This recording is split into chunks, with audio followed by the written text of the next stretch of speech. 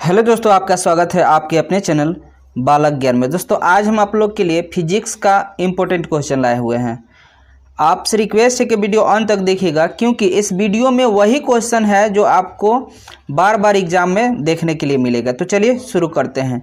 देखिए पहला क्वेश्चन जो है, तारम क्षय क्या होता है। तो देखिए क्या होता है ना कि प्राथमिक कुंडली यानी ट्रांसफार्मर जो होता है ना, ट्रांसफार्मर, ठीक है, तो उसमें दो तरह की कुंडली होती है, प्राथमिक कुंडली और द्वितीयक कुंडली, ठीक है।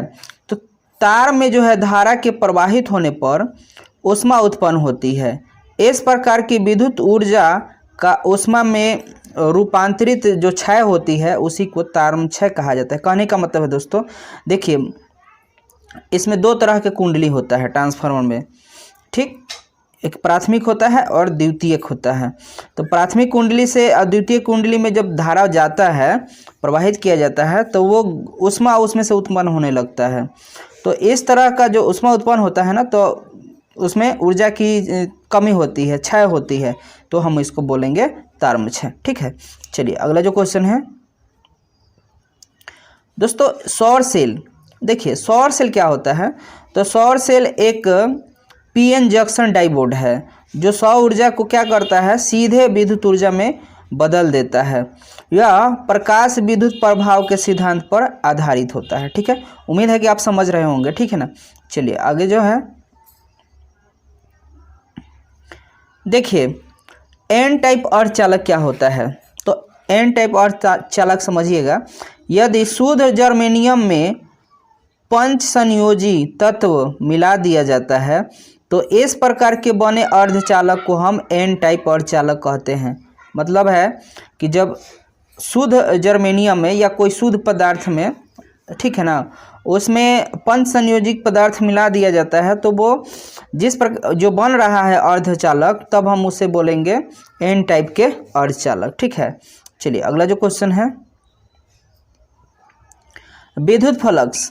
देखिए विद्युतीय क्षेत्र में किसी पृष्ठ के लंबवत गुजरने वाले कुल विद्युत रेखाओं की संख्या विद्युत फ्लक्स कहलाता है। देखिए समझिएगा, यहाँ कोई विद्युत क्या होता है, विद्युत वाला क्षेत्र है, ठीक है। इसमें कोई पदार्थ हम रख देते हैं और इसकी लंबवत जो है गुजरने वाला विद्युतीय रेखा की संख्या को हम लोग बोलेंगे विद्युत फ्लक्स। चलिए अगला देखते हैं क्वेश्चन। अगला क्वेश्चन क्या है समझिएगा, विद्युत विभव, ठीक है। यहाँ पर जो अगला क्वेश्चन है, चुंबकीय विभव क्या होता है। तो देखिए विद्युत विभव और चुंबकीय विभव सेम है, बस थोड़ा सा का आपको डिफरेंट देखने के लिए मिलेगा। इकाई धन आवेश को अनंत से चुंबकीय क्षेत्र में लाने में किया गया कार्य चुंबकीय विभव कहा जाएगा। अगर यहीं पर अगर आ जाता आपको विद्युत विभव, तो आप सिर्फ यहाँ चुंबकीय क्षेत्र हटा देते, बस हम बोलते ना कि इकाई धन आवेश को अनंत से विद्युतीय क्षेत्र में लाने में, समझ गए आप कि क्या होना। अगर विद्युत रहता तो विद्युत की बात करते, चुंबक है तो चुंबक की बात कर रहे हैं, ठीक है। चलिए अगला क्वेश्चन जो है, पाश्चन श्रेणी क्या होता है। तो देखिए जब हाइड्रोजन का परमाणु किसी उच्च ऊर्जा स्तर से निम्न ऊर्जा स्तर में आता है तो इसे पाश्चन श्रेणी कहा जाता है। कहने का मतलब है, मान लीजिए यहाँ पर है और यहाँ से ये डाउन होकर यहाँ आ जाता है, उच्च श्रेणी से नीच में आ जाता है, तो हम इसे बोलेंगे पाश्चन श्रेणी, ठीक है। चलिए आगे देखें, आभासी नमन कोण क्या होता है। तो देखिए पृथ्वी के कारण परिणामी चुंबकीय क्षेत्र तथा उसके क्षैतिज घटक के बीच बने कोण जो है आभासी नमन कोण कहलाता है। कहने का मतलब है पृथ्वी के चुंबकीय क्षेत्र, यानी पृथ्वी जो है किसी चीज़ को खींच रहा है और ये जो है उसकी क्षैतिज तल, तो इसके बीच में जो बन रहा है कोण, तो उसका क्या कहलाएगा,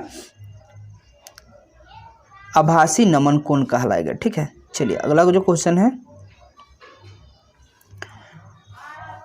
ब्रूस्टर नियम। देखिए ब्रूस्टर नियम के अनुसार क्या बताए थे ब्रूस्टर जी की, यदि प्रकाश तरंग ध्रुवीय कोण के साथ आपतित कराया जाता है तो अपवर्तनांक बराबर होता है, जिसको ब्रूस्टर का नियम कहा जाता है।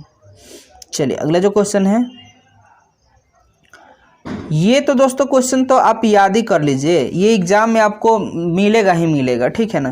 तो देखिए, रेडियो तरंग की आवृत्ति को ध्वनि संकेत के दाब परिवर्तनों या चित्रों की तीव्रता के अनुसार परिवर्तित करने की प्रक्रिया को आवृत्ति मॉड्यूलन कहा जाता है। कहने का मतलब है, मॉड्यूलन की डिफिनेशन आपको तो पता है कि जो है हमारी साउंड जो है ना निम्न आवृत्ति के होता है, उसको दूर तक तो नहीं भेजा जा सकता है, लेकिन उसको उच्च तरंग में बदल के उसे दूर तक भेजा जाता है, उसको मॉड्यूलन कहा जाता है। यहाँ पे बात किया गया है कि रेडियो तरंग की आवृत्ति ध्वनि जो है संकेत के दाब में परिवर्तन या चित्रों के तीव्रता के साथ परिवर्तित करने के बाद इसको आवृत्ति मॉड्यूलन कहा जाता है। चलिए अगला जो क्वेश्चन है, अर्धचालक। देखिए, वैसा पदार्थ जिसमें चालक और अचालक दोनों का गुण होता है उसको हम अर्धचालक बोलेंगे, ठीक है। मतलब अपने से धारा जा रहा है थोड़ा थोड़ा मात्रा में, माने कोई पदार्थ है, ये अपने से धारा जा रहा है कम मात्रा में, ठीक है ना, तो वो अर्धचालक है। अगला क्वेश्चन है, द्वितीयक इंद्रधनुष का निर्माण कैसे होता है। तो देखिए समझिएगा, द्वितीयक इंद्रधनुष का निर्माण कैसे होता है। देखिए, द्वितीयक इंद्रधनु वर्षा के बूंद में 2 बार प्रकाश का अपवर्तन, कहने का मतलब है कि वर्षा के बूंद है, इसमें प्रकाश के बूंद प्रवेश किया तो इसके अंदर जो है 2 बार अपवर्तन और 1 बार पूर्ण आंतरिक परिवर्तन हुआ, उसी के बाद जो है द्वितीयक इंद्रधनुष का निर्माण हो गया, ठीक। चलिए अगला क्वेश्चन जो है, घनत्व, आवेशों का घनत्व बात करेगा, ठीक है ना।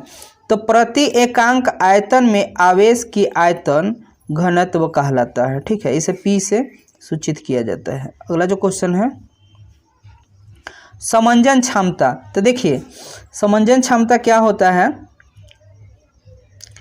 नेत्र लेंस की फोकस दूरी बदलने की क्षमता ही नेत्र का समंजन क्षमता कहलाता है। अर्थात समझिएगा, मान लीजिए आप किसी वस्तु को देख रहे हैं और उसको स्पष्ट नहीं देख पा रहे हैं, तो क्या करेंगे, आप अपनी सिलियरी पेशिया को बढ़ा के या घटा के उस वस्तु को साफ साफ आप देख लीजिएगा, तो ये आपका समंजन क्षमता कहलाएगा, ठीक है।